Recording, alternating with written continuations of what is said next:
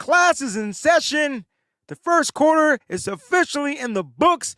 We're going to do some grading on today's episode. We're going to preview the Cowboys and the 49ers. Woo-hoo-hoo-hoo!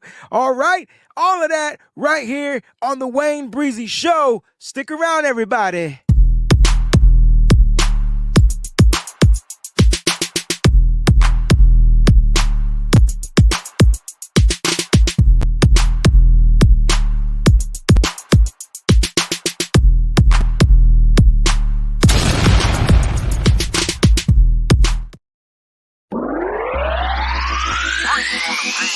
We so bright that we shining.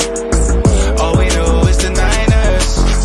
Red and gold at its finest. We so faithful to the Bay. We so bright that we shining.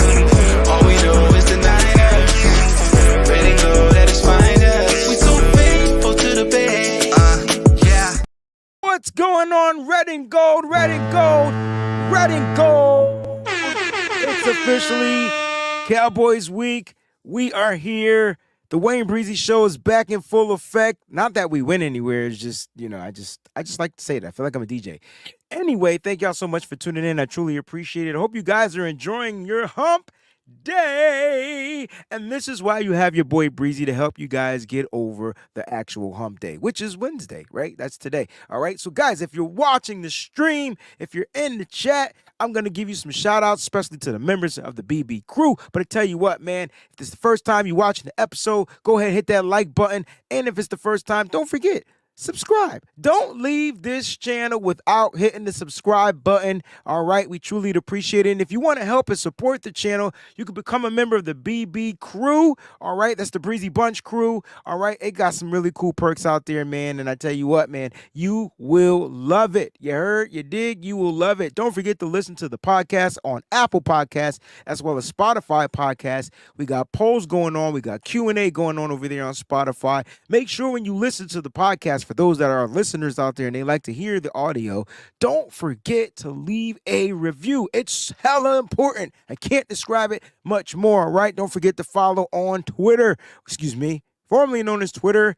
It's the X, all right? Follow and subscribe at the Wayne Breezie. You could do that real quick. Go to Instagram as well, all right? Instagram, Threads, TikTok, and Facebook at the Wayne Breezie. All right, make sure you guys go ahead and do that. And if you like the extra content, you want to support with some extra breakdowns and things like that we got going on, you guys could go get exclusive content, which means you can't find it anywhere else on the Patreon. The Patreon is patreon.com/the Wayne Breezie. Go ahead and check it out. Now listen, I got an important announcement to make, and it's only a couple of days left that you can RSVP, all right? So you want to go to, we got the video shoot coming up. Right, the video shoot is going to be out for the song Faithful to the Bay, the song you be hearing on the intro. All right, shout out to Travis King, Lake City Fresh. It's your boy Breezy. Music video this weekend. All right, make sure if you're going to be out in the Bay Area, you want to check it out, go to www.twben.com/RSVP. The first 49 are going to secure a free rally towel, all right, that we got pressed up, hot off the press. They are official. I'm not going to show you what they look like, but they are official. I already have them. All right, October 7th, 9 a.m. to 12 p.m. And then shortly after that, right after this event, we're going to jump on over. We're going to go and support my man, Travis King. All right. He has a meet and greet. It's going to be huge live performance with Travis King. They're shooting a live video as well. It's going to be a great day. And then on Sunday, we got the 49ers Rush road trip, which we are going to be tailgating at the stadium in the Blue Lot. John Chapman and the crew. I'll be there. What a great weekend for Cowboys week. Let's go. Let's go. I'm mad excited because we get to play my childhood, growing up rival. And they've remained in my adulthood the same damn rival, right? So we get to play these guys. I'm super excited. I don't know about you. Got to give a shout out to the Breezy Bunch crew. VZ 408's in the building. Breezy is going. I hate that flight to California. Ugh, it's the worst flight ever. Peachy, thanks for tuning in, faithful. Make sure to smash the like button on your way in. If you're new to the channel, subscribe. And if you love your experience here, join the BB crew. Marty Mar, what's going on with the hashtag? Let's go. Tanisha, good morning, Breezie. Hope all is well. All right, don't bother me in the building. Fresh out of the gym, feeling good. Listen, I go at 4:35 a.m. It's the best feeling in the world, Craig. I can promise you that. All right, so those want to know when is the Niners simulation? It's going to be tomorrow at 11 a.m. Eastern Standard Time. It's going to be Thursday, 11 a.m. Eastern Standard Time. I'm going to do the simulation, and then I'm headed to the airport, and then I'm getting on an airplane, and I'm going back to Cali. That's where your boy Breezy will be in California. All right, guys, let's get down to the get down, man. Shout out to everybody that's out there once again. I truly appreciate the love and the support that you guys have here. Let's get to the news. Woo! All right, so here we go. Christian McCaffrey, Offensive Player of the Week for Week 4.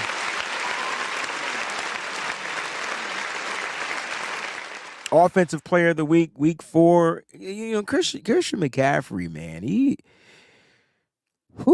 the Niners got them a running back. I mean, a running back. Like I don't even know how to describe Christian McCaffrey other than the words I've been using all season long.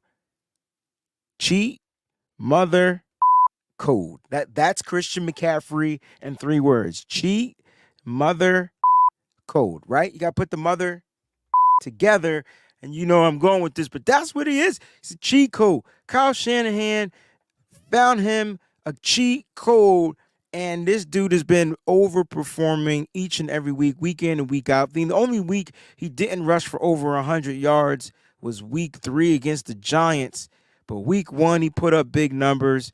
This man got 4 touchdowns last week, 3 rushing, 1 receiving.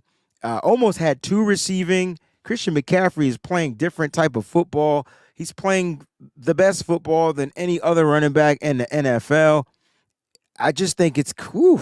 Christian McCaffrey, congratulations again, NFC Offensive Player of the Week. And he's also nominated for the FedEx Ground Player of the Week again. He's nominated again. So I just wanted to send a shout out Christian McCaffrey out there. Matthew, what's going on, brother?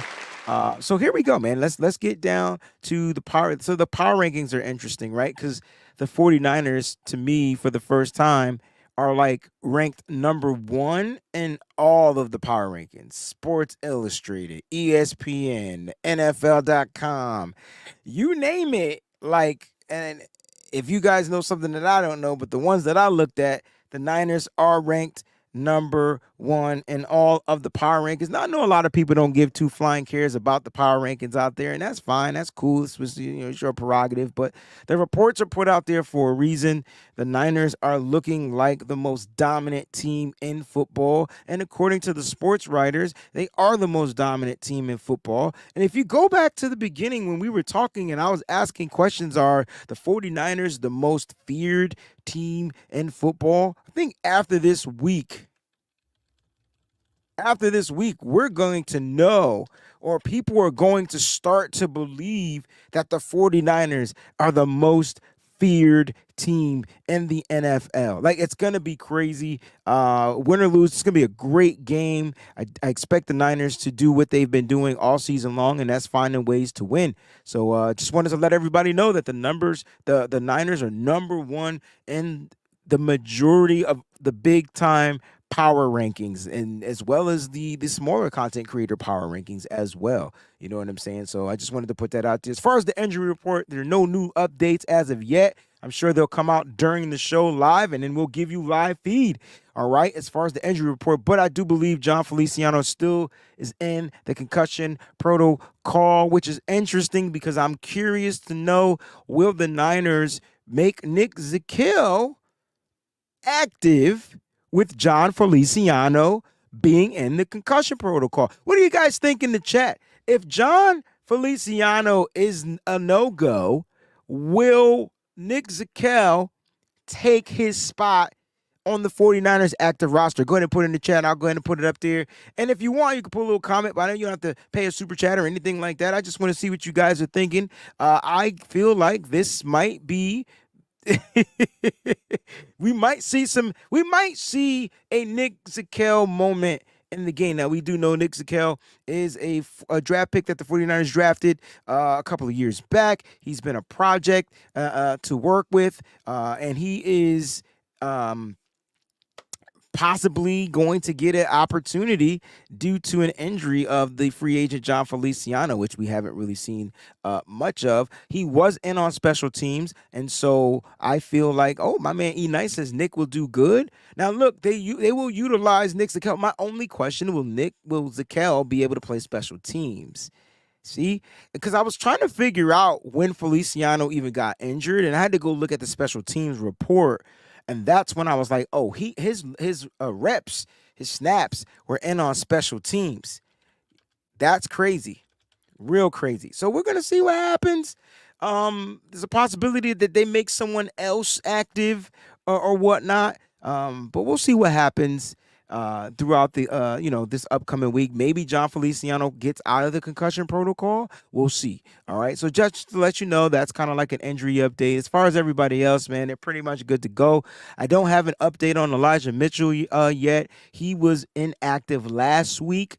I guarantee you he'll be active this week. All right. I guarantee you he'll be active this week. What's going on, Miss Leslie? She says, I'm more concerned with John's health. Nick on special teams might be a weakness, but I think he will shake off the jitters and get to it. I just don't ever think I thought he was more just going to be center, some type of offensive lineman.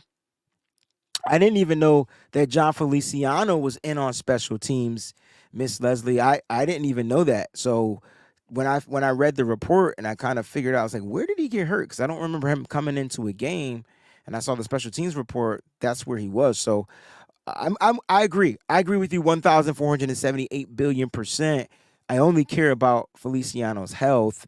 And if he's in the concussion protocol, he should remain in there until he's able to pass the test, because health is everything. My thing is, will we elevate, not from the practice squad, but will we make active on the 53 another offensive lineman? I think that's kind of like the question I'm alluded to. And if so, that inactive player would be Nick Zakelj. So this might be a week where he'll finally be active. I don't think he's ever been active. He's made the roster 2 years in a row, but he's been inactive for every game. So we'll see how that pans out and whatnot. All right, let's get down to the episode. Today I want to do some grading, all right? And so I was going through PFF. They're putting out their grades now. After every 4 weeks, I'm going to do a grade report type of an episode, all right? I'm going to do a grade report type of an episode. I want to evaluate, I'm evaluating now, but I want to show like the assessment of what I saw with my own eyes. Now, you guys know that I'm formerly an educator. I was a teacher for over 15 plus years. And so I grade a little differently than other teachers. You know, a lot of people have rubrics and things out there like that, which is something that I grade off because I like to show the students, like, this is how you can earn what it is you want. So I'm giving the students like the choices. Now, when it comes to the 49ers, I'm not giving them any choices because I haven't given them a rubric or anything, but I'm basically just going off of what I see, what I read, and then slightly some potential of getting better, right? So that's pretty much how I do my grades or whatnot. But I do want to go through some of the PFF grades first. Now, I know a lot of people out there watching what's going on. PFF put out this graphic just recently. Here are the like 4 top grades and positions for the San Francisco 49ers. So you got Nick Bosa, you got Brandon Ayuk leading the wide receivers, Bosa leading the edge rushers, Trent Williams with an 88.8, Christian McCaffrey with an 84.8. So the Niners got some pretty good graded players as of right now. And I think that this is, at the end of week 4, these numbers are only going to continue to go up. Now, guys, you know how PFF grades. They're factoring in blocking, miss blocking, drop passes, all that type of stuff for PFF to give you either a -2 or a +2. That's the scale that they use. It's -2 to +2. I think if you check off all the boxes and they grade every play, so they grade every snap, excuse me. So if you check all the boxes off on every snap, I'm sure it's a +2. But if you don't, then it's a -2 or it's a -1 or it's a 0 or it's a 1 or whatever. And then it's averaged out or totaled all up, or whatever, how they do their grading. All right. So here are my grades. I want to share my grades and let's see if you guys agree. Let's have some fun with it. All right. So off the top, I graded 24 players. I'm only focusing on the starters on offense and defense. And the reason why I said 24 is because we sometimes use the fullback, so he's going to get in on the grade. And sometimes we use the nickel back. All right. Sometimes we use the nickel back. What's going on, everybody? I see you out there. You guys are having a wicked conversation, and I actually love it. I love it 100,400%. Shout out to Thomas, VZ, what's going on? Cass Brown, I see you out there. All right, so let's go ahead and go through. So Brock Purdy, you can see I gave Brock Purdy an A-. He's the only quarterback. I mean, Sam Darnold did get a couple of snaps or whatnot, but Brock Purdy has been the quarterback that's taken the majority of the snaps for the San Francisco 49ers. And why am I giving him an A-? Well, I mean, he's checking off all the boxes for me, even with the eye test. I've saw Brock Purdy get tested in 4 different ways, and I've watched him adapt to everyone's test, and he's passed every test. He played the Pittsburgh Steelers defense, got sacked 3 times, fumbled the ball a couple of times, passed the test. The next game, he passed the test against the LA Rams, divisional rival, passed the test. He passed the test against the 85% blitzing team in the New York Football Giants. Passed the test. And against the Arizona Cardinals, not only did he put up 35 points on that offense, he got to the red zone 5 times. The team scored 5 times. There was only one drive, in my opinion, that was a drive for them to actually put up more points that they didn't do because he ended up getting sacked on that drive. A lot of stuff ended up happening on that particular drive.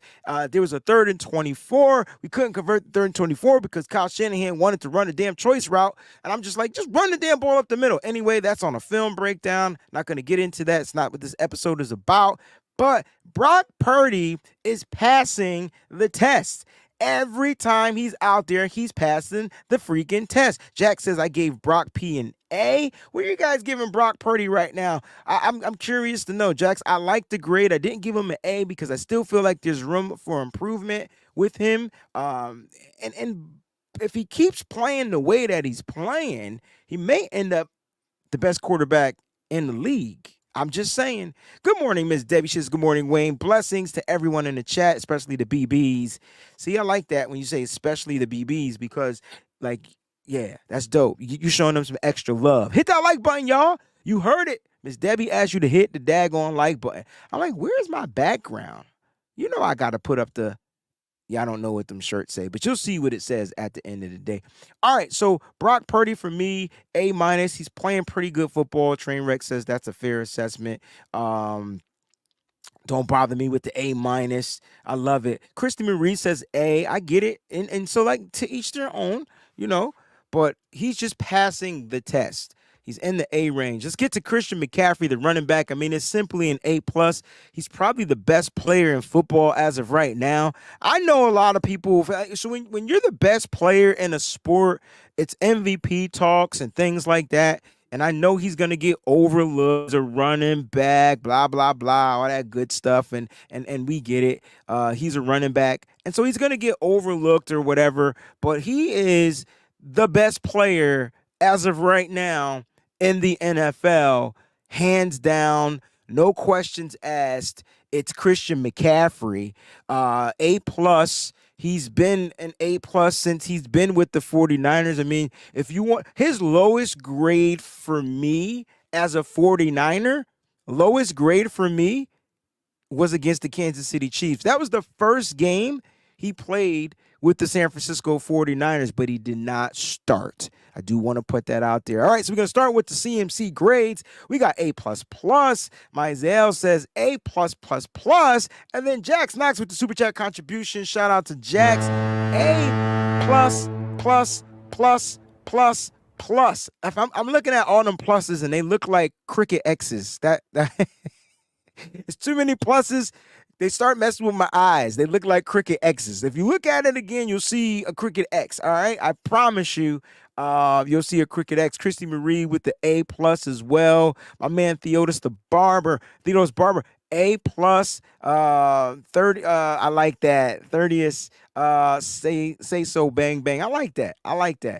Miss Leslie is going with an A+ to the 10th degree. That's a So now we going with exponents now. So A+ with the 10 and the exponential category. All right, I see what we doing. You're trying to bring me back to pre-calculus and algebra. No problem. But nah, man, Christian McCaffrey's playing some of the best football that we've seen. I feel like I'm about to enter my voice of Mike Tomlin. Here we go. So, yeah, when you got a running back out there that's just playing some of the best football, like there's nothing you can much do. You're just going to put the ball in his hands. I know a lot of people feel like we're utilizing him, but we're not. Every time he touches the ball, the dude's averaging almost 6 yards a carry. And so we're just going to continue to give him the ball as he continues to rock out the nation. Christian McCaffrey's the cheap all day, every day. Christian McCaffrey is having an MVP season. Kyle Juszczyk will be next up on my list. There are times he's out there when the 49ers are in some type and like a 22 personnel and they put 2 running backs out there. You're going to see Kyle Juszczyk. Right now he's doing B work. The high of his grade, he's not getting a lot of touches. He's not getting a lot of targets. All right. But the bulk of his grade is coming from blocking, and he's doing pretty well in the blocking category. So for me, I'm going to rock with Juice. I would like to see more Juice utilized in the offense, and I believe we will. I think Kyle Shanahan is specifically waiting for certain matchups and things or whatnot. But Kyle Juszczyk, I mean, last week they had Kyle Juszczyk lined up on a linebacker and they sent him out on a corner route. I mean, there was a penalty on the play, which worked in the 49ers' favor. It was a overthrow from Brock Purdy or whatnot, but it was probably because of the penalty. But listen, if you put your fullback and you say, hey, Kyle, I trust you on this corner route, man. I want you to run out and then out. I mean, up and then out. Like, I'm trusting you. When you can trust a fullback to do that, and it ran it successfully if he wasn't held on the play or interfered on the play, it might have been a big game for Brock Purdy again and for him. Yeah, Kyle Juszczyk is playing B football. I know a lot of people may think otherwise, but it is what it is. Brandon Ayuk is next on my list as wide receiver 1. Brandon Ayuk is an A player as of right now. He's not in the A+ echelon, but he's on his way. And I think the only reason why I'm not giving him an A+ as of right now is because he had to miss a game. And then in week 2, he did suffer the injury, which to me hurt his chances of getting the A+. Now, I know you should say, usually the kids got to come in. If I was a teacher, they would come in, they would make up the work. He's got some makeup work to do. That makeup work, he may just be in the A+ range. All right, just may be in the A+ range. Peachy's going with the A+ for Brandon Ayuk. I'm not going to sit here and argue with you about the A+. All right, VZ408 is going with an A. Okay, I can dig it. My man, Mr. Barber going with the A. He says BA needs to stay a Niner for life. I can tell you right now, the 49ers cleared up $41 million in cap space because they got to take care of 2 players, in my opinion, that will be all pros at the end of the season. So not only will Brandon Ayuk finish with 1,000 yards, he will make all pro as a wide receiver. And the other player, I think, is going to get his second all pro, and that's Talanoa Hufanga. What's happening is teams aren't throwing on the 49ers where they're throwing down the field or those intermediate routes. Therefore, you're not getting a lot of the interceptions. But what's going to start happening is things are going to start getting up, because I can tell you that the defense is going to start clamping down on some of these short routes, and you're going to see a lot of balls tipped up in the air. So I'm going to go ahead and rock with an A right here. Christian Breeze going A+. My man, Mr. Peterson's going with an A. All right, A. All right, A is good. A is good. All right, moving on to numbers. The fifth player, Deebo Samuel, wide receiver. Here, I'm gonna go with a B+. I feel like the one game. Listen, Deebo is a dynamic player. What does that mean? That means when you give him the ball, he is going to do damage. Period. But you got to give him the ball. You got to give him the ball. Deebo is a volume player, but he's always a play-making player waiting to happen. I just feel like when it comes to Deebo Samuel, he's not the greatest of the route-running wide receivers in the NFL, but when you get him the ball and he can get some space, or no, he doesn't even need the space. It's just weird. He's the king of yak to me in the NFL. With or without space, Deebo is going to make a play happen. So why not grade him higher? I mean, there's plays he takes off. He's not the best at blocking. Like, he's not running full speed or things like that. You know what I'm saying? So listen, it is what it is. But Deebo is always going to be a bonus. He's going to be a player that's going to make a big play, a something out of nothing type of player. I'm curious to know what you guys are grading Deebo Samuel. All right, and you know, let me know. All right, Mr. Peterson says I'm going B-. Haven't been present as I would like, and don't always go full speed every play. So again, you're gonna take off points because he's not going full speed. And I wonder how much of that characteristic is because when he does go full speed, he's outspeeding everybody else. Does that make any kind of sense? Like, you know, is he blocking? Yes, but if the play is not directed toward his way, you kind of see him halving it out there on the football field. I don't think Kyle Shanahan is complaining about it. We are. For me, I'm not complaining about it because I know when I get Deebo the ball, the dude goes hamburger and cheddar. So it doesn't bother me, but I do respect your grade. Do I see any other grades for Deebo? I feel like I don't see any other grades for Deebo. My man Thomas says, I trust Deebo most with the game on the line.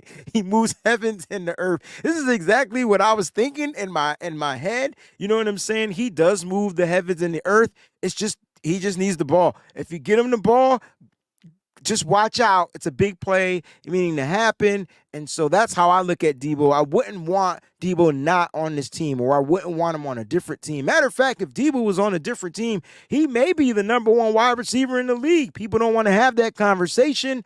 That's just kind of like how I feel. He just may be, because he will get the targets. When you're on a team that's going to get the targets to other players, it's kind of like how it rocks out or pans out. Deebo's an example. A teacher and positional attack, maturity and production. You can see it from Deebo. You see the maturity. You see that he's producing as well. Jack says Deebo B mid. I don't know what that. Are you saying he's playing mid, or it's just like mid B? I'm just curious to know. Always dripping 805 says Breezie Cowboys spewing talk out there. I did think the emojis are on point. They're saying the Niners haven't beaten good teams. It's funny because neither have they.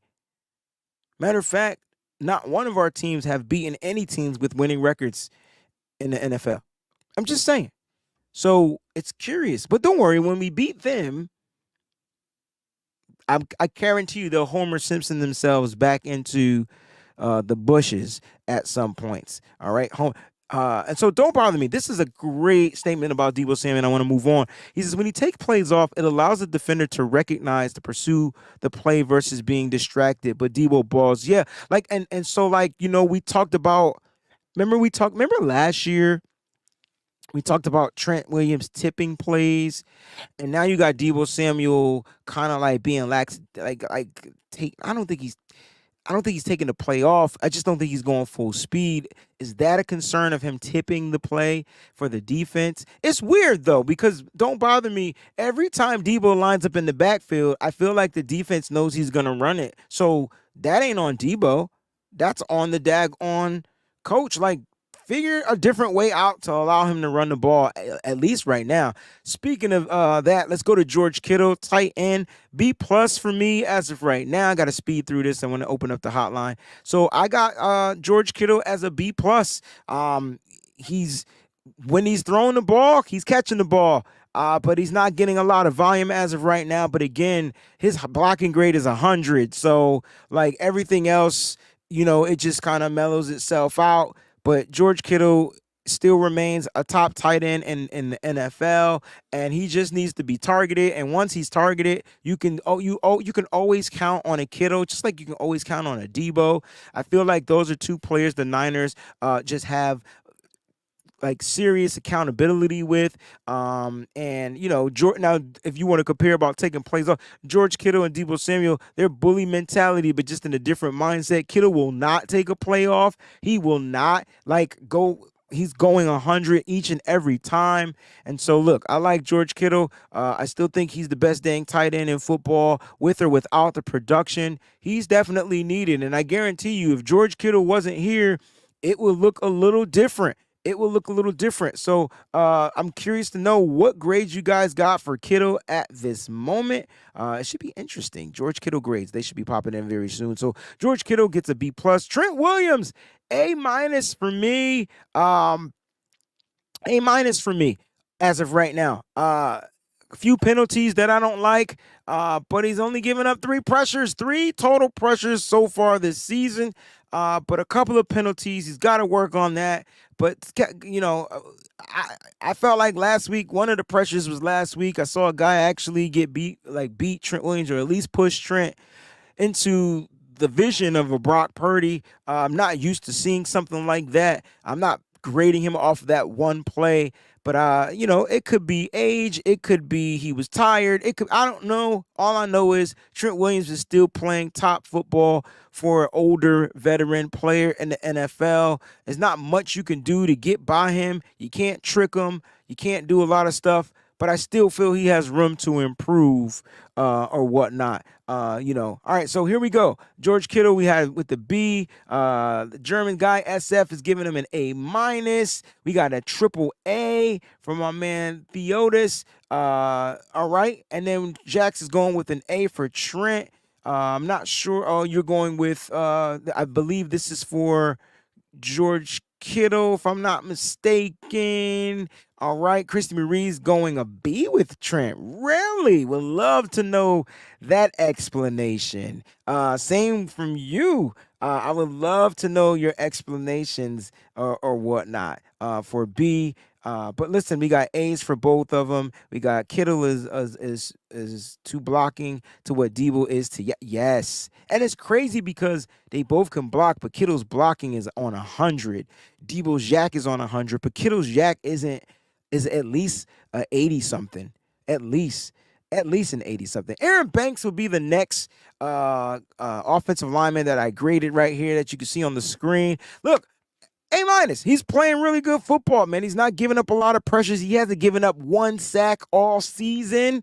All right, I know we've been after 4 games. Look, this kid redshirt in his rookie season, going into his second season, and now that he's in his third season, he is playing like an all-pro. When it comes to Aaron Banks, he is a monster out there, but he still has room to improve. He still needs to work on his pulling as a guard, going from left to right. All right, there's certain little intricacies. I do see him not blocking some guys sometimes or whatnot. He's got to find that, figure those little intricate parts of his game plan out. I want to see him put the helmet or hat to somebody. I don't care who it is. Get to the second level. But listen, run blocking, pass blocking, Aaron Banks is balling out. And it's cute because I got his grade right next to, in my opinion, his mentor, the guy that's been grooming him all along, Trent Williams. So I'm curious to see if Trent raises his level, will Aaron Banks raise his level? All right. A lot of you guys got Aaron Banks as an A, solid A. I could dig it. Or A plus. I could dig it. Another player, I don't know if it's Pro Bowl caliber or whatnot, but there may be a way that this dude is definitely going to be, all pro caliber, but there may be a way he definitely finds a way to make it on the Pro Bowl team this year. I wouldn't be surprised if the whole left side of the San Francisco 49ers don't make it to the Pro Bowl.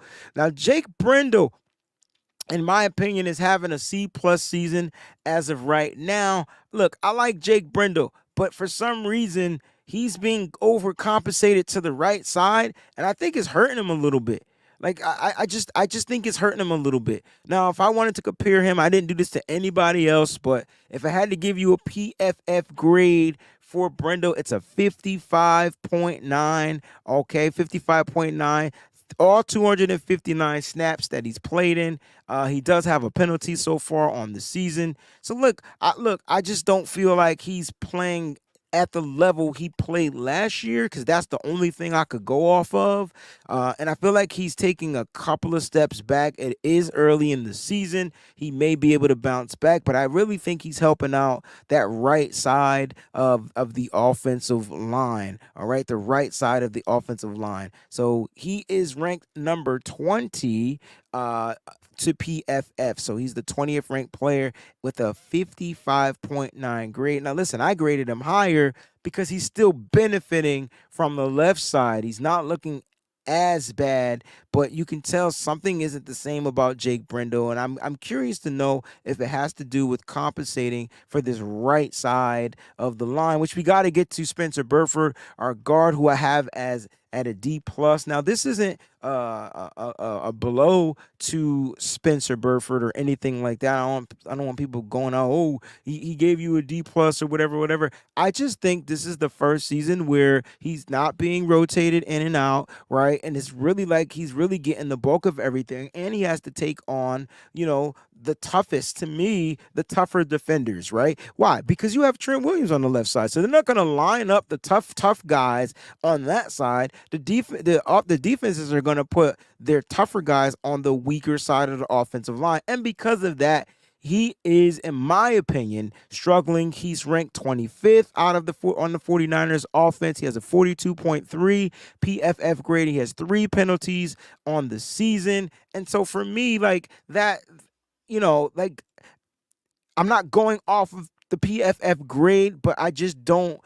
I see him regressing, and I think it's just because of the responsibilities and the workload and things like that. And I will go out there and say this: maybe Mike McGlinchey was good for him, but now that you have an inexperienced right tackle, a person that's playing the right tackle for the first time and starting for the first time in his career, maybe that's hindering just Spencer Burford just a little bit. But I guarantee you, once this offensive line starts gelling, I guarantee you his grade will get up real quick, all right? That boy Water gives Spencer Burford a B. He says he's better than the right guard we had when we went to the Super Bowl in 2019. That's fair. All right. The German guys, SF says, even with the penalties, he's a C. I don't have him as a C. I don't see him playing C football, but listen, again, those are your grades. Listen, your prerogative. I definitely will rock with it. Just would love to know why. I just need the context. I'm giving you context because I'm live on the air, and I would love to know why you guys feel that way. You guys said that I just don't know how we could. Here's the argument is that people don't like the right side. The weak side of the offensive line is the right side. And I'm explaining to you why it's weak. But listen, your prerogative. I'm not going to knock it. Cole McKivitz will cap off the 49ers offense for me as the right tackle. Listen, he gave up 3 sacks. He has 4 sacks he's given up all season. But he's in the C- range. Again, the right side isn't as strong as that left side, but he doesn't look as bad. When you look at his pass protection, that's where he's supposed to thrive in, which is weird because he was a better pass protector than he was run blocking. But do so, his grades are better in pass protection. So he's a 62.8 grade for pass pro, 53.6 for run blocking. Overall, he's a 59.6 per PFF, and he's ranked number 18 out of the 25 offensive player grades that they have. And again, he's playing the majority of snaps. So when you say 18 or 20 or whatever, like some of these players on this list only played 7 snaps. Some players play 4 snaps. You get what I'm saying? So don't take that into consideration why they're so low. There's reasons. They have more volume, more things to grade off of. But that's the offense, all right? So let's go ahead and run through the defense really quickly. Nick Bosa, he's got an A- for me right now. Look, the sacks aren't there. I understand the context to why probably the sacks aren't there, but the pressures are there. Nick Bosa leads the team with 20 pressures out of all the defensive linemen. He's still the leader out there getting the production done. He's the number 1 double team player in the league, right? He's being double teamed the most. Nick Bosa is putting out production. He's just not getting home. He's not getting the snaps, the sacks. But listen, they will come. They will come as long as Nick Bosa continues to stay healthy, continue to keep his body right. His motor isn't going to stop. And at some point, these offensive lines, not that they're necessarily going to just break down. Like these teams and these quarterbacks aren't going to be say, hey, we got to get the ball in our hands in 2.4 seconds, 2.2 seconds, 2.6 seconds. Like at some point, they're going to want to attempt to get that ball down the field. Once they do that, that's when you start to see that front start to tee off. As of right now, it's just hard for this front to get any pressure, any sacks without the blitz, right, really coming in. All right, so let's go to our next player, Clelin Ferrell. I have Clelin Ferrell as a C right now. It could be a C minus. Look, you're getting the motor from him, but you're not getting any of the production. Again, there's some pressures there, but they're not really hard, really high. Just Clelin Ferrell is Clelin Ferrell. Now, once Nick Bosa starts heating up, potentially Clelin Ferrell will be able to get some pressure or whatnot. But again, they're getting the ball out very quickly. So I'm not really I don't think the sacks are gonna be high until the offenses change their game plan. Right now, they're just releasing the ball quick. This is not a shot at him. This is not him playing poorly. It's just the way it is.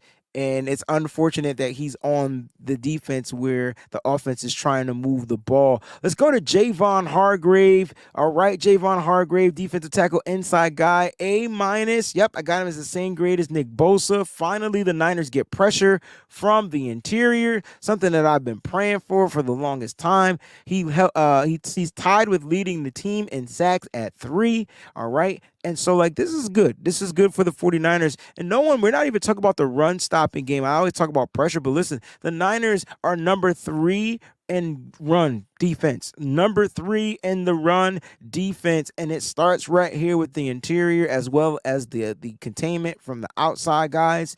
And that's where the Niners are excelling. They're giving up, 60.4 yards per game.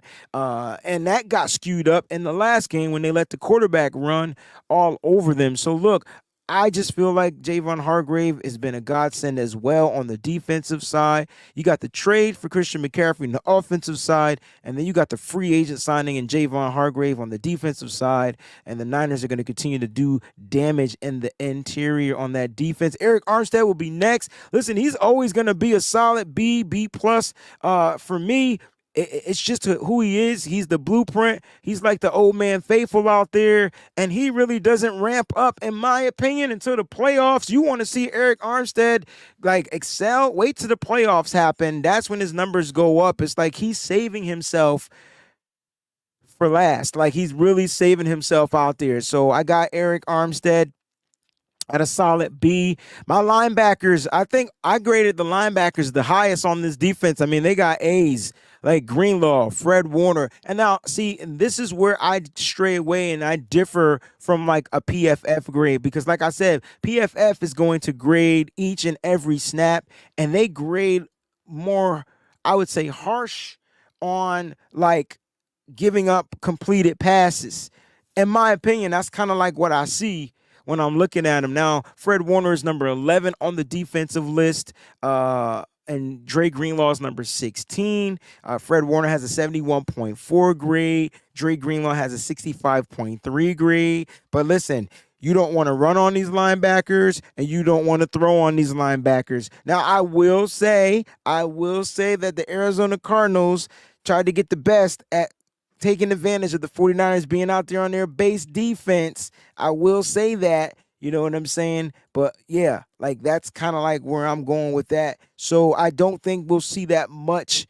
You won't see a Malcolm Brown again on a Fred Warner.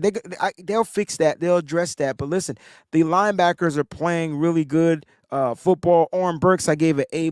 So look, they're making the tackles. They're filling the holes in the gaps. They're not allowing a lot of rush yards, and they're getting outside when those running backs got to get outside. They get into the edge. On top of that, they're also defending the pass.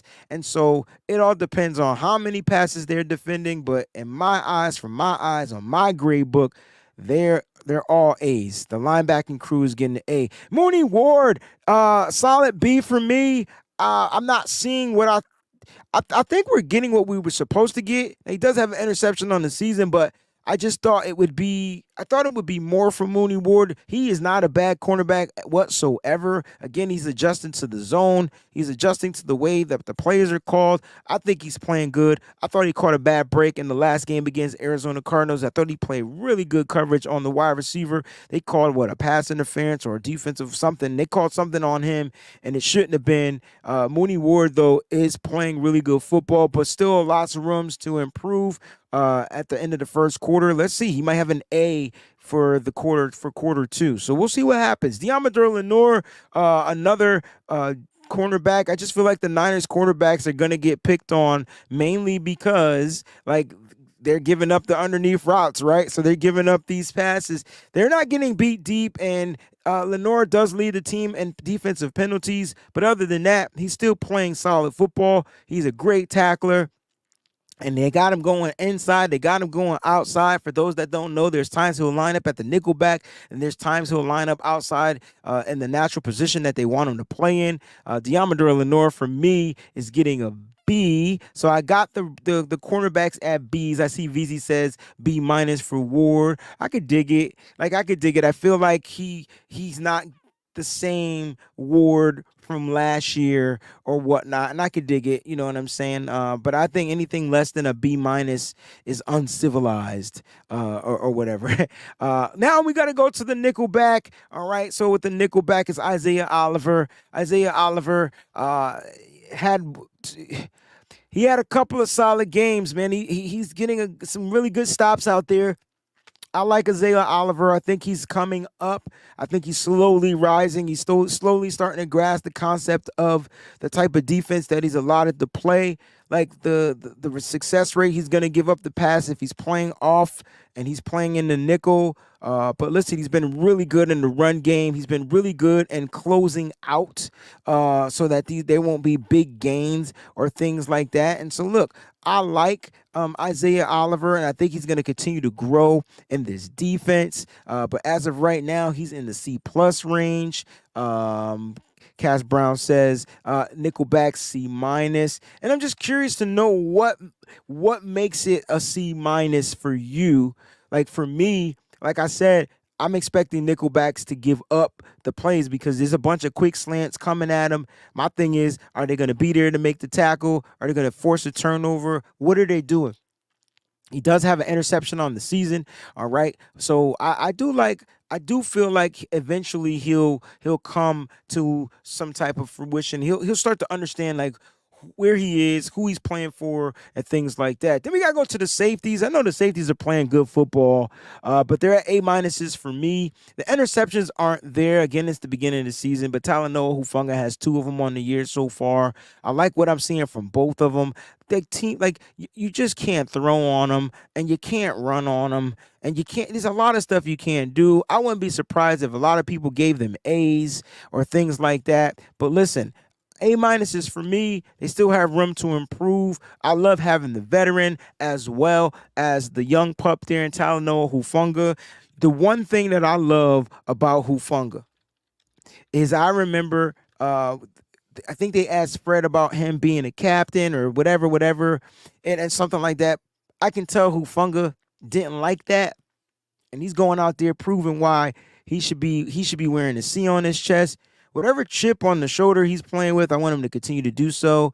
I do feel like there was one play in particular that he just had a brain fart on. I'm hoping we don't get a lot of brain farts this year.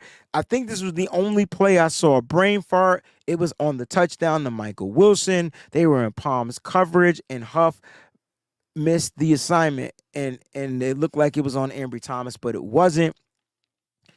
You adjust to that. I mean, Huff is on the line. He's blitzing. He's doing all these different types of things. Gibson is playing damn good football. The fact that they play cover 2, cover 3, cover 4, cover 6, like they're just out there. They're not getting beat deep. They're not giving up explosive plays. Those dudes are balling out, in my opinion. So they're with A- for me. And those are my grades so far for the quarter season. Man, that was a lot. Woo, geez, I got to give myself a round of applause. I don't ever talk that much. Ever. Woo. All right, man. I don't ever talk that much. Listen, it's Cowboys. It's 49ers. I'm going to be opening up the lines in a couple of seconds. I want you to come on here and give your hot take. We'll be doing that.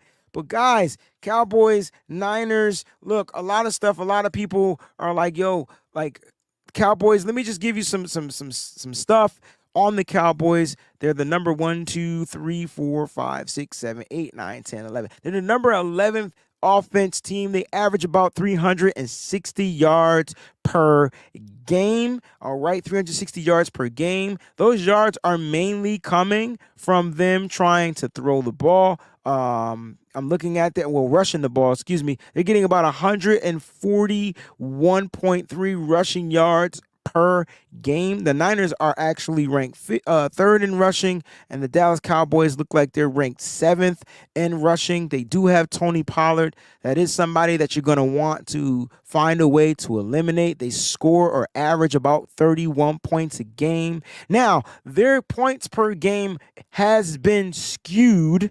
Okay, their points per game is a bit skewed. The Niners don't have any points on defense, but the Dallas Cowboys have about maybe I feel like they've scored 4 times on defense, so 6 times 4 is 24, right? They got 2 against the Giants, and then I felt like they got 2 against the Patriots. I could be wrong, and I'm okay if I'm wrong, but that's kind of like what I'm thinking at this moment. So look, they have players that can explode on the offensive side of football. You gotta respect that. You gotta respect their defense. Okay, you gotta respect it. I do, very much so. You know, one of my favorite players in the league is Micah Parsons. I'm not gonna sit there and hide that from anybody. You know, I like other players. If you want to know where Dallas is ranked on defense, they're number 2 on defense as far as giving up yards per game. The 49ers are ranked 5. The 49ers are ranked 5th. Okay, now this is going to be interesting because I'm curious to see, like, will their defense be able to stop our high-powered number 3 offense? Okay, and that's going to be something to pay attention to. All right, now their defense is good, and the reason why their defense is ranked that is because their defense is scoring points. Okay, their defense is scoring points.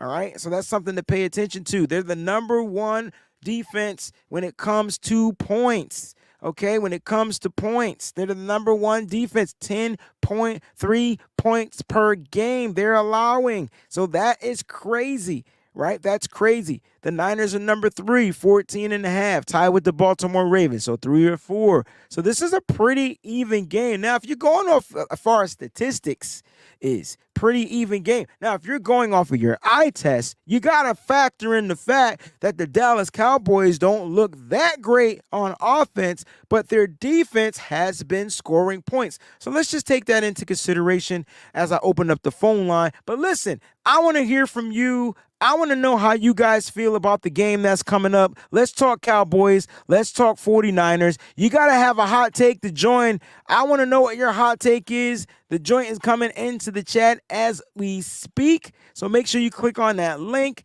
It'll be right here in the chat and join the show. All right. But I want to know what your hot take is. Okay. What is your hot take? Antonio Mims, you unsubscribed. I'm sorry. I don't know why you unsubscribed. I just saw it pop up right here as I was putting in the hot take. And I do apologize. I'm sorry this isn't the place you want to be. But listen, I appreciate you still being in the chat. That's what's up, man. We can still chop it up. All right, so let's see. If you want to join the show, you got a couple of minutes to join. Come on in. We're going to talk. I'm going to get your hot take. I got some hot takes. I feel like, oh, my bad. So, all right. So the shout outs, the way the shout outs work, like if you're a member of the Breezy Bunch crew, like I could see that, like it'll pop up in a color and I see it. You know what I'm saying? I definitely shout you out for sure. I got to see something that you do in the mid show. If I see it, I'll definitely pull it up. So I apologize if you didn't get a shout out. I did get a question from Chris Burton. So we'll do hot takes or Q&A, whichever one comes first. I got about 6 more minutes. We should go get Randy Gregory. What do I think? I don't know. I don't know if we should go get Randy Gregory. I mean, I don't know. I think we should stay away from Randy Gregory, man. Ain't he a bad boy? Isn't he a bad boy? I don't mean that in a mean way, but I would stay away because I don't think there's anything or anybody we could get right now that's going to come in that's going to create more sacks for the San Francisco 49ers. Because the way the offenses are playing the San Francisco 49ers, they're going to get the ball out quick. And speaking of getting the ball out quick, Dak Prescott may be just the number one quarterback getting the ball out of his hands. And I believe Steph Sanchez just told me it was 2.4 seconds, 2 point something seconds. That's ridiculously quick, right? So if Dak is getting the ball out of his hands that quick, it's almost going to be impossible to bring him down. The 49ers are going to have to force Dak Prescott into throwing the damn ball down deep down the field. That's what they're going to have to do. Make him pass, but force him to do that. All right, let's get my man E on the show. What's going on, E? What's going on, baby? Hey, what's up, Breezie? How are you? I'm doing good because it's Cowboys week, baby. Sorry. Super excited. How you doing, bro? Man, this is an exciting week. This isn't just any other game. I mean, this is the 49ers and the Cowboys. You know, you and I'm not sure how old you are, but I'm assuming you're old enough to remember back in the 90s when they used to. I'm 42. I remember everything in the 90s. This is a historic matchup, man. And not only that, but this is also two of the best teams in the league this year. So, you know, there's a reason we're all excited. It's not just any other game. They're not just playing, you know, the Cardinals this week. But so you said you want some hot takes, right? So before we started, give it to me, baby. I went on to Eric Crocker's show, and I said that Christian McCaffrey could hit 2,500 all-purpose yards and be in contention for league MVP this season. I said that before the season started. Yeah. Now, it's funny to me. I see all these shows like ESPN, they're talking about, oh, is Christian McCaffrey an MVP candidate? I got to pat myself on the back a little bit because I predicted this. Like I said, I predicted this on Eric Crocker's show before the season started. But as far as today, my hot take for this week, and not just this week, for the rest of the season, the 49ers have a potential to go undefeated this season. There is an opportunity to go 17-0 this year. If you look at the 49ers schedule, they don't play most of the best teams in the league. They do not play the Kansas City Chiefs. They do not play the Buffalo Bills. They do not play the Miami Dolphins. Most of the most successful teams, they don't play the Lions. I was just looking at their schedule. The hardest games on the schedule are the two against the Seahawks, who, ever since they got rid of Russell Wilson, the 49ers have dominated that matchup. When the Seahawks had Russell Wilson, it was a different story. They kind of had the 49ers number at that point.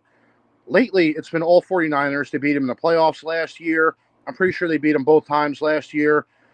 So I expect the 49ers to win those games. You look at the rest of their schedule, there's a lot of very winnable games. You got the Browns, who, Lord knows, they're coming up a week after this.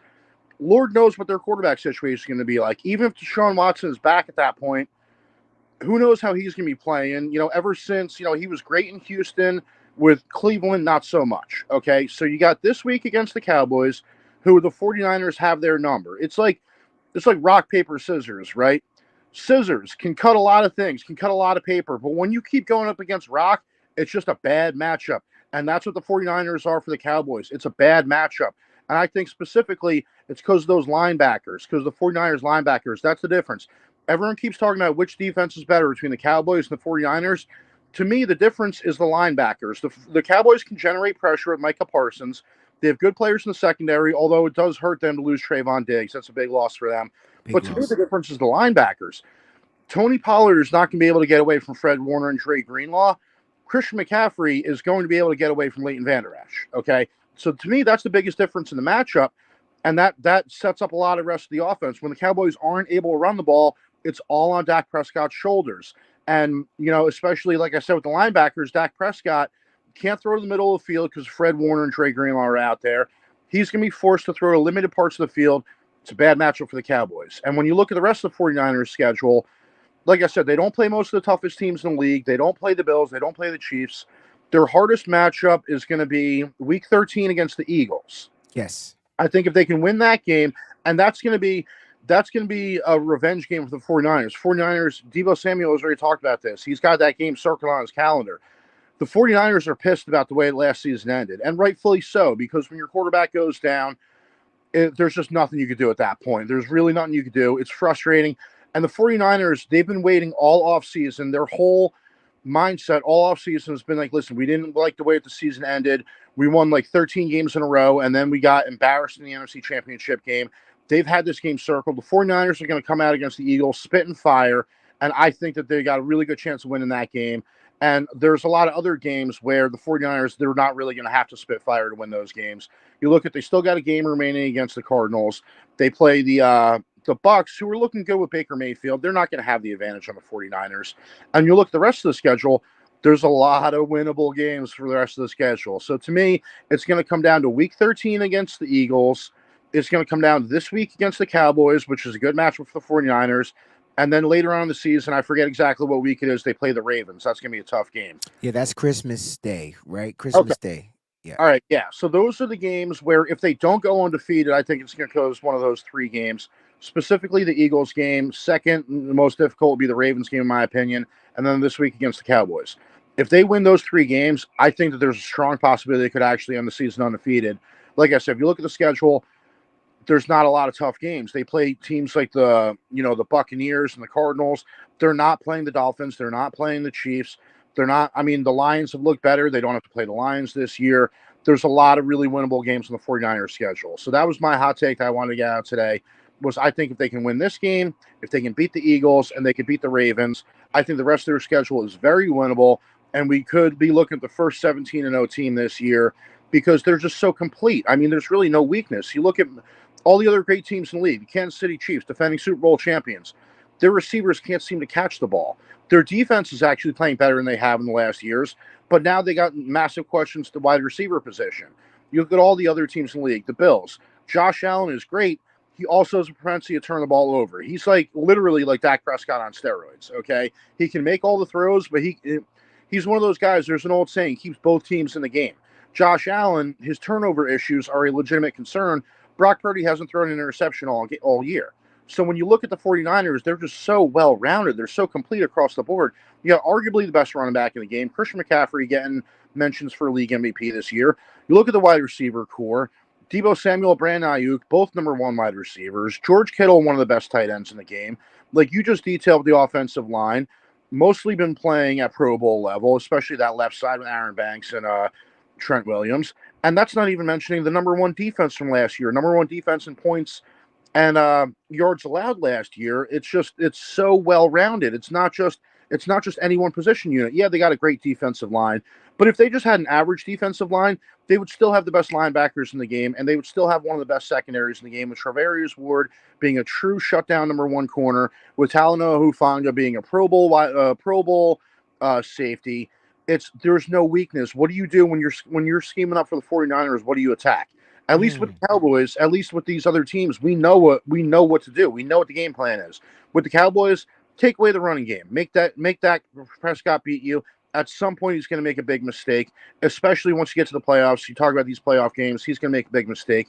With the Eagles, they're also very well-rounded.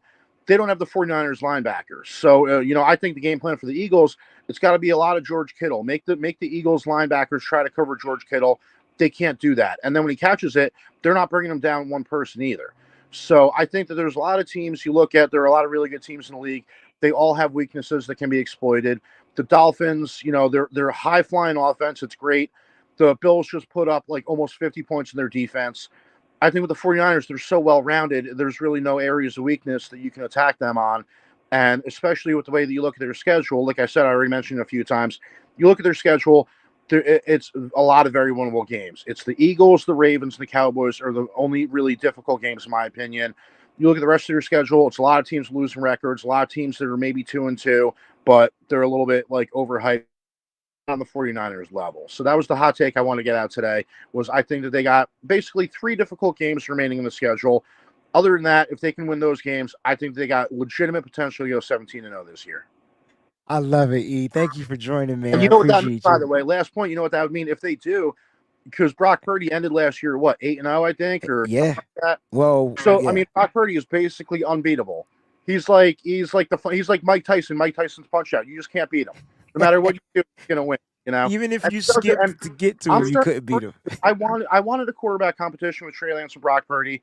I figured if Brock Purdy really is that good, he's going to win the competition anyway. And I also wanted to keep Trey Lance just to have some like a fallback in case of injury, right? But I think I did underrate Brock Purdy a little bit. It's almost like I had like it was like I call it like JGDS. It's like Jimmy Garoppolo derangement syndrome, right? Like it's like traumatic. It's like PTSD with Jimmy Garoppolo. Like I was thinking about it. I did have a little bit of PTSD with Jimmy Garoppolo, where a little bit of my concern with Brock Purdy was a continuation of Jimmy Garoppolo. Like, oh my God, is he going to turn into Jimmy G? Is he going to start throwing the ball to the linebackers? Is he going to miss those throws in clutch time? And I got to give him credit. I got to be honest about what I see. That is not what's happening. Brock Purdy has not regressed. If anything, he's playing better. If anything, he's learning. I mean, he hasn't thrown an interception yet all year. If anything, he's improving. And another year of chemistry with the players around him, he's learning, okay, this is where BA likes it. I can give him those back shoulder throws. He's going to make those catches. Deebo Samuel, maybe not so much. Maybe Deebo Samuel, I got to lead him a little bit, because if I get him moving with the ball, he's so good at yards after the catch, get him moving, so I got to lead Deebo a little bit. He's learning the intricacies of what the players around him like, the way that they like the ball, when they like the ball, where they like the ball.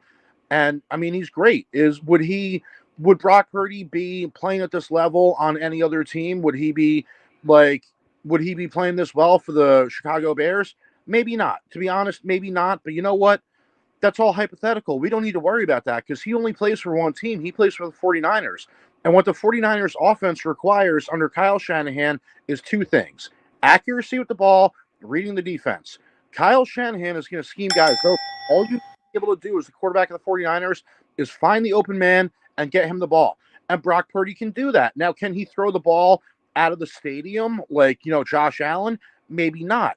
Is he going to be running around there like Lamar Jackson? Probably not. But his specific skill set and what he's very good at, and he's proven already, you could be skeptical early on. At this point, if you're still skeptical, I think that you're not going off what you see, because everything that we see, there's no reason to be skeptical anymore. I think that we have enough of a body of work. There's enough sample size. He's played enough good teams to be able to say he really is this good. And yeah, like I said, maybe it wouldn't work with other teams. Maybe with the Dolphins, you need more arm strength to get with the speed receivers. Maybe his skill set wouldn't fit with other teams. But for the 49ers, it is exactly what they need. He reads the defenses, he gets the ball out quick, and he gets the ball to his receivers in space. And with the players he's got on offense, that's all you need to do. All you need to do is get the ball to Deebo Samuel, get the ball to George Kittle, get the ball to Christian McCaffrey, and you're not going to stop them. Are we going to be scoring now? Are we going to be having those drives where it's like 2 plays, 80 yards like the Dolphins? No, probably not. But are they going to keep getting first downs, keep getting first downs? And before you know it, they're in the end zone. And you know what's going to happen on the next drive? The same goddamn thing. Pardon my French. If that, Same I don't thing. think that's the curse. It's okay. But you know what's going to happen the next drive? Same thing. Christian McCaffrey, Deebo Samuel, George Kittle, Brandon Ayuk. They're going to keep getting first downs, keep driving the ball. Before you know it, they're in the end zone. And then before you know it, you look up, they've had 4 drives, they got 3 touchdowns. You're down, they got 21 points in the first half. What the hell are you going to do? How are you going to beat that? So it really is looking like a well-oiled machine. They really put together a hell of a team. And I don't see any weaknesses other teams are going to be able to exploit. I'm not guaranteeing that they're going to go 17-0, because anything can happen any given Sunday. Another team could get hot. You get, the Eagles, maybe, Jalen Hurts has a big game. Brock Purdy is human. At some point, he's going to have a game where he throws some interceptions. That's only human, and everybody does that. Josh Allen does it every other game. He throws interceptions. Patrick Mahomes just got outplayed by Zach Wilson. By Zach Wilson. You know what I mean? So I'm not trying to say that the team is perfect. I'm not trying to say that Brock Purdy is perfect, but they are certainly talented. Every game that they line up, with the exception of possibly the Eagles game, they are going to be the most talented team on the field. they got a very good chance of going 17-0 this year, in my opinion. There it is. Hold on. You got to get the flex bomb. Boom! That's the hot take right there. Line closed. E, thanks for jumping on. Appreciate you, bro. All right, thanks, Breezie. Have a nice day. You too, man. That's it. Hotline take done. Woo! Now, he said a lot. He said a lot. He said a lot. Okay. Look, Elvis is a Cowboy fan, and let him be a fan, because they're gonna sit there and say some things. Now, listen, I will say, and if you're just tuning into the show, make sure you hit the subscribe button, the like button. If you're new to the stream, hit the subscribe button. But I will say that the Cowboys aren't a cakewalk team. All right, I just sat here and went over where they're ranked, what they do well. The 49ers have to come out and kind of like make sure that they don't make the mistakes. Now, I don't want us to play that type of football, but the Cowboys are scoring on defense. That is the way the Cowboys are getting into these games. They're allowing their defense to tee off. We just talked about how they are ranked the number, 2 defense in the NFL, or whatnot, as far as total yards. Yeah, they're number 2, 259.8 yards per game they're giving up. And it's because their defenses are giving their offenses these 14-point cushions, and then the offense can come out and play as slow as they want. Now, the Niners aren't a slow offense. The Niners like to speed up. The Niners like to control things. I'm not saying we're going to lose this game, because that's not how I feel. You know that. I'm at that 34-17 score mark. That's my score prediction, 34-17, because I know for a mother-freaking fact when I drop the bomb on myself that the 49ers are going to put up 30 points on that number 2 defense. Yeah, I said it, and we about to get up out of here. Thank y'all so much for tuning in. I didn't say they were a cakewalk. See, y'all? Okay, so now I see why they want you out the chat. You ain't listening. See, that's the point. You got to listen. You got to hear these words that are coming out of my mouth. I wish you could see them, but they don't have live caption while I'm actually speaking, all right? They don't have live caption when I'm speaking, all right? So listen. It's going to be what it is. Niners going to win this game. Is anyone concerned with the intel? This is from A.O. Jacobs. Anyone concerned with the intel Trey gives the Cowboys? Listen, he's going to give the Cowboys intel, but I'm not concerned with it. I'm not trying to take a shot at him or anything like that. But, hey, man, Trey couldn't do what he needed to do, you know what I'm saying, to get on the field. So I don't know. I don't even think Dak Prescott that much better than Trey Lance. There, I said it. Listen, thank y'all so much for tuning in. I appreciate you guys. We'll be back Friday with John Chapman. I'll be out in California. We'll be doing the show live out in Cali. It'll still be this time Eastern, which will be 10 a.m. Pacific time, or John's time, all right? But make sure you guys tune in. I'll be back here on this channel, No Harm, No Foul, with Mike Andrews, 4 p.m. Eastern Standard Time. And then we got What's Your Fantasy Tonight with Crystal Peachy B at 7 p.m. Eastern Standard Time. If you guys play fantasy football and you want some tips and tricks on your fantasy team and fantasy lineups, make sure you guys go ahead and tune into the show. All right, I will see you. We'll do score predictions for real on Friday. We'll have some fun with it. Love you guys. Stay up, stay faithful. Always keep it nitty gritty.